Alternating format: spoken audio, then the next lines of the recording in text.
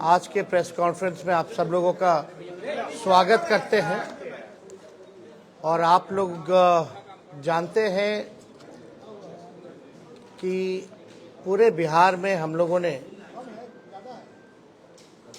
यात्रा किया, जन विश्वास यात्रा, और हर जगह जो है लोगों का हुजूम, जगह जगह भर रास्ते, चाहे दिन हो, रात हो, सुबह हो, शाम हो, लोगों का आशीर्वाद, प्यार और विश्वास और ताकत लोगों ने दिया।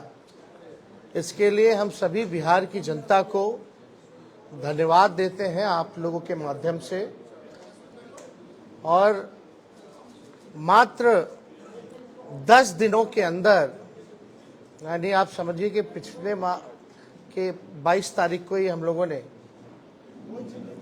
ये तय किया था कि रैली हम लोग करेंगे, और 3 तारीख को रैली की गई। यानी केवल 10 दिनों के अंदर जन विश्वास महारैली हम लोगों ने किया। और रैली के दिन खराब मौसम के बावजूद भी लाखों लाख के तादाद में लोग जुटे। एक ऐतिहासिक और एक सफल रैली का आयोजन किया गया। और आने वाले 2024 के चुनाव को देखते हुए बिहार की धरती ने एक ऐतिहासिक रैली के माध्यम से पूरे देश में संदेश दिया कि हमारा जो गठबंधन है, महागठबंधन, इंडिया गठबंधन, ये मजबूत है और आने वाले समय में बिहार से हम सब लोग चौंकाने वाला रिजल्ट देंगे। लोगों का जिस हिसाब से उत्साह था, एक एनर्जी थी, एक वाइब्रेंट रैली आप कह सकते हैं था। बारिश हो रहा था लेकिन सुबह से लोग डटे हुए थे। शाम में 4 बजे रैली खत्म हुई, कोई जो है मैदान से हिला नहीं। जितना मैदान में लोग थे उससे ज्यादा सड़क पे लोग थे। तो एक ऐतिहासिक रैली हुआ। उन तमाम जनता को हम धन्यवाद देते हैं, सभी महागठबंधन के पार्टियों को, उनके नेताओं को, कार्यकर्ताओं को भी हम धन्यवाद देना चाहते हैं इस सफलता के लिए। और आने वाला जो चुनाव होगा, साफ तौर पे जो हम लोगों ने लकीर खींची है, हम लोगों ने जिस हिसाब से 5 लाख नौकरियां, बहालियां निकाली हैं, नियुक्ति पत्र लाखों में बांटने का काम किया मात्र 17 महीनों में, आरक्षण की सीमा बढ़ाई गई, नियोजित शिक्षकों को राजकीय कर्मी का दर्जा देने का निर्णय हम लोगों ने कैबिनेट से लिया। स्वयं सहायता समूह, चाहे जीविका दीदी हो, आंगनबाड़ी महिला हो, तालमी मरकज हो, विकास मित्र हो, टोला सेवक हो, आशा दीदी हो, ममता दी हो, सभी लोगों के मानदेय को बढ़ाने का निर्णय इन 17 महीनों में हम लोगों ने किया। इसके साथ साथ स्पोर्ट्स पॉलिसी के साथ साथ, आईटी पॉलिसी के साथ साथ टूरिज्म पॉलिसी भी इस 17 महीने में हम लोगों ने लाया। जो खिलाड़ी स्पोर्ट्स पॉलिसी के तहत हम लोगों का था कि भाई जो खिलाड़ी मेडल लाएंगे, बिहार का, देश का नाम रोशन करेंगे, उनको भी हम लोगों ने नौकरियां दी। और हाईएस्ट लेवल है उस नियमावली में डीएसपी के लेवल तक का नौकरी जो है लोगों को मिलेगा, जैसा वो मेडल लाएंगे। तो खेल के साथ साथ जो पढ़ने वाले लोग हैं, हम लोगों ने नौकरियां देने का काम किया। हम लोगों ने 17 महीने में लोगों के हाथ में कलम दिया। और वहीं बीजेपी के लोग केवल नफरत बांटने का काम कर रहे हैं, तलवार बांटने का काम कर रहे हैं। अभी भी बड़ा सवाल उठता है कि भाई कैबिनेट का विस्तार क्यों नहीं हो रहा, आखिर क्या वजह है। इतने महीने 1.5 महीना होने जा रहा है और अब तक जो है विस्तार नहीं हुआ, ना ही कोई होने की कोई सूचना किसी को है। तो आखिर मामला क्या है? खैर ये सरकार में बैठे लोग जवाब देंगे, इस पे ज़्यादा हमको टिप्पणी नहीं करना है। लेकिन सवाल उठता है कि ये सरकार बनी है केवल हम लोगों को गाली देने के लिए। कोई भी एक निर्णय जो है ये सरकार ले नहीं पा रही। जिस हिसाब से हम लोगों ने 17 महीने में निर्णय लिया, ऐतिहासिक निर्णय लिया, जाति आधारित गणना कराया, आरक्षण के सीमाएं जिस हिसाब से बढ़ाई, नौकरियों की बात करते थे, देर रात बजे जाकर के अस्पताल में हम लोग छापा मारते थे, तो कहीं भी जो मौजूदा सरकार में लोग जो बैठे हैं उनका इंटरेस्ट जो है केवल लालू जी और उनके परिवार को गाली देने में ही है। 1-1.5 महीना से कोई काम नहीं हो रहा, और जो बजट भी आया वो बजट में हम ही मंत्री लोगों का साइन था। जो केवल भाजपा के वित्त मंत्री जो हैं वो पढ़े हैं, वो हम ही लोगों का काम का गुणगान जो है वो लोग कर रहे थे। ये बजट में देखे तो कैबिनेट में सबसे ज्यादा मंत्री राष्ट्रीय जनता दल के कोटे के थे, कांग्रेस के थे, तो हम ही मंत्रियों का साइन जो हम ही लोगों ने भेजा।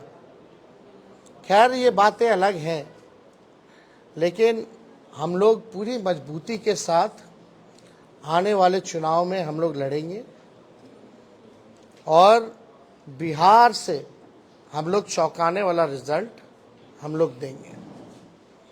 तो इसीलिए आप सब लोगों को हम आज बुलाएं ताकि आपके माध्यम से हम लोग बिहार की जनता को धन्यवाद दें। चाहे कोई वर्ग के हो, कोई जाति के हो, कोई धर्म के हो, सभी लोगों का पार्टिसिपेशन इस रैली में रहा। तो इसलिए आप सब लोगों को भी यहाँ धन्यवाद देते हैं। अब कोई सवाल होगा तो आप लोग बेशक पूछ सकते हैं। एक सवाल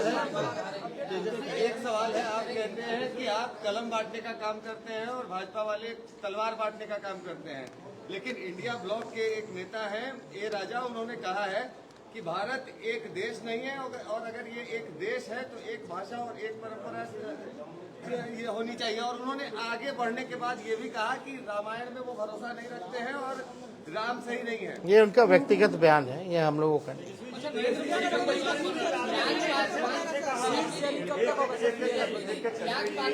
हमारा सीट शेयरिंग एनडीए से पहले हो जाएगा, अंतिम चरण में चिंता नहीं है।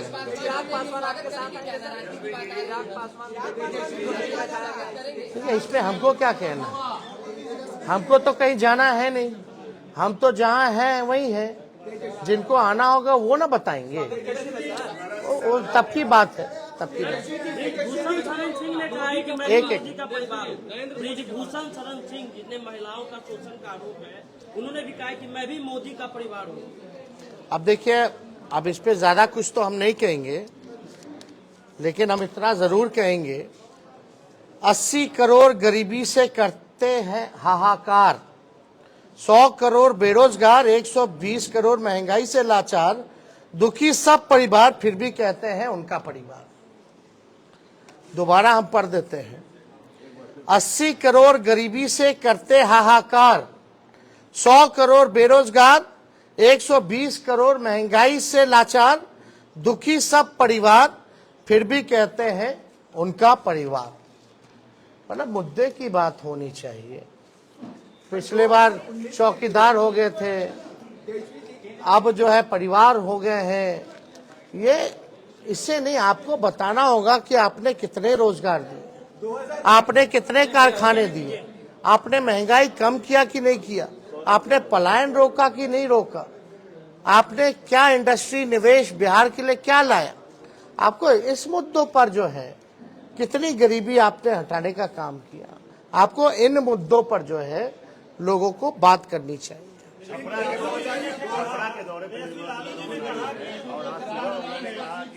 लालू जी ने जो बयान दिया था परिवार को लेकर के, मोदी पर जो सवाल खड़ा किया था, ये ओछा बयान है, इस तरह के बयानों को नहीं देना चाहिए। इसमें तो सारा बात आ ही गया है, इसमें क्या कहना, कुछ इससे कोई फर्क नहीं पड़ता हूँ क्या कहना। एक धर्म विकास रैली के मंच पे रोहिणी आचार्य भी दिखी। क्या आने वाले लोकसभा चुनाव में वो भी उनको भी टिकट मिलेगा? सब बात एक वन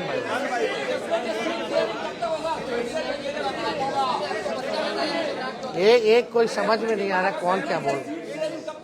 हम तो बोले भाई बातचीत चल रही है, एनडीए से पहले हम लोगों का हो जाएगा। लेकिन आप देखिएगा जो लिस्ट भाजपा का निकला, बिहार का तो किसी का नहीं निकला। तेजस्वी जी कल सुप्रीम कोर्ट कहाँ बीजेपी में बिहार में एक को टिकट बांटा, जरा नामों बताइएगा। सुप्रीम कोर्ट ने एक फैसला दिया है। उन्होंने एक बयान दिया जिसमें आपको क्या है, बच्चे हैं तेजस्वी यादव। अब इसमें क्या है, मेरी खुद की बेटी है, हम पिता भी तो हैं। अब इस पे क्या बोलना। 2019 में चौकीदार चोर है के बाद एक कैंपेन शुरू हुआ, मैं भी चौकीदार। अब लालू जी के भाषण के बाद परिवारवाद पे फिर से एक कैंपेन शुरू हो गया, मैं मोदी का परिवार। क्या लगता है कि फिर से 2019 रिपीट होने वाला? चलिए, अब आप लोग मानते तो हैं लालू जी के बात का असर पड़ता है, बट वो अब हर जगह तेलंगाना में भी आप वो कहें, वो उनका कहना है, लेकिन क्या हालात है इस देश के, जो वो कह रहे हैं उनका परिवार, क्या किसान के लोग लाठी से पिटा रहे हैं, क्या वो उनका परिवार नहीं है? अपने परिवार के साथ कोई इस तरह का काम करता है क्या? पिटवाने का, मिलने का समय नहीं है किसानों से। क्यों नहीं मिल रहे भाई? क्या किसान खाली कहने के लिए परिवार है? कथनी अकड़नी में तो अंतर है। जनसभा में लाखों की भीड़ हुई, लेकिन भाजपा कह रही है भीड़ से कुछ नहीं होगा, वोट चाहिए चुनाव में। वोट आप लोगों के पास सही है, ये बात मुझे है। काहेला हम लोग सबसे बड़ा पार्टी बन के आए, प्री पोल में सबसे बड़ा अलायंस बन करके आए। वो तो बेमानी नहीं होता, चंडीगढ़ जैसे तो सरकार बना लिए थे हम लोग तो 20 में।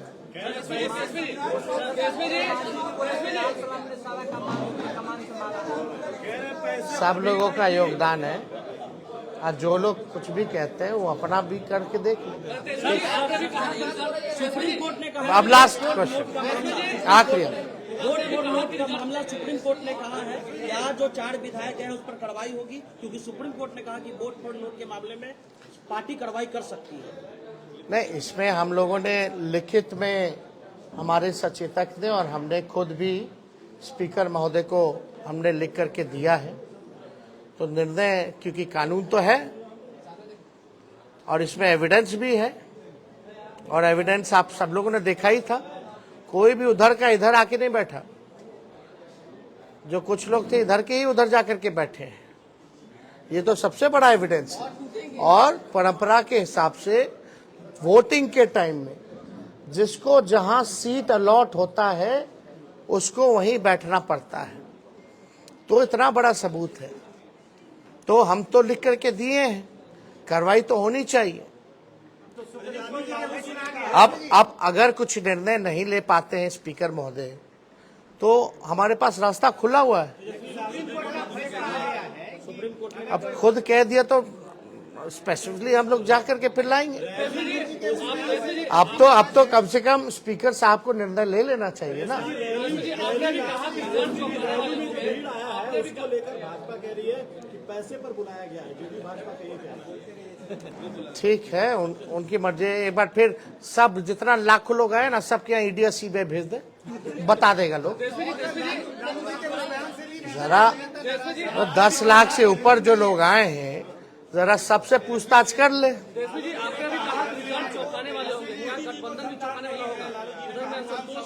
अभी आप हिंदू नहीं है, लालू जी ने ये कहा तो उस पर भी नाराज है बीजेपी के नेता। आपको एक बात समझना पड़ेगा। हाँ, पूछिए। जैसे लालू जी ने बयान दिया, हिंदू नहीं है, उनको संतान नहीं है। एक बीजेपी में कैंपेन शुरू हुआ कि मैं मोदी परिवार, फिर हिंदू है कि नहीं, उसको लेकर के उन्होंने कुछ वीडियो जारी किया, कहाँ कहाँ उन्होंने पूजा और राम मंदिर। क्या लगता है 2024 में जो ये एजेंडा सेट हुआ, उसमें लालू ने ही मदद किया? ये हिंदू, राम मंदिर और परिवार, कोई ये आपकी सोच है। मुद्दा साफ यहाँ खड़ा है, गरीबी, बेरोजगारी। ये क्या है? लालू जी ने एक बात नहीं की, बहुत बातें की। लेकिन एक बात तो सही है कि अभी तक सही से जवाब कहाँ कोई दे पा रहा है। इस पे हम ज्यादा टिप्पा टिप्पणी नहीं करना चाहते हैं। हम लोग भी सब परंपरा को मानने वाले लोग हैं, हम लोग भी हिंदू हैं, हम लोग भी पूजा पाठ करते हैं, हमारे घर में भी मंदिर है, सुबह शाम वहाँ आरती होती है। तो इस तरह कोई बात धार्मिक को लेकर के एजेंडा नहीं हो सकती। लेकिन हाँ, अगर हमारे भी घर में कोई किसी की मृत्यु होती है तो हम लोग बाल मुड़वाते हैं, हम लोग दाढ़ी छिलवाते हैं, हम लोग अपनी बेटी का मुंडन हम करा के आए, तो हम लोग तो फॉलो करते हैं ना। लालू जी ने तो बस यही पूछा, तुम इतना प्रचार करता है, नफरत फैलाते हैं, उकसाते हैं लोगों को, धार्मिक भेदभाव आप कराते हैं, आपस में राम और रहीम के बंदों को लड़ाते हो, तो आप क्यों नहीं मुड़वाएं? इतना बड़ा आप अगर बात करते हैं तो आप क्यों नहीं मुड़वाएं? यही तो बात थी। बहुत बहुत धन्यवाद। लालू को राम विरोधी बताए थे सम्राट चौधरी ने कहा कि लालू राम विरोधी। अरे छोड़िए ना, पहले सर्टिफिकेट ठीक करा ले। चलिए।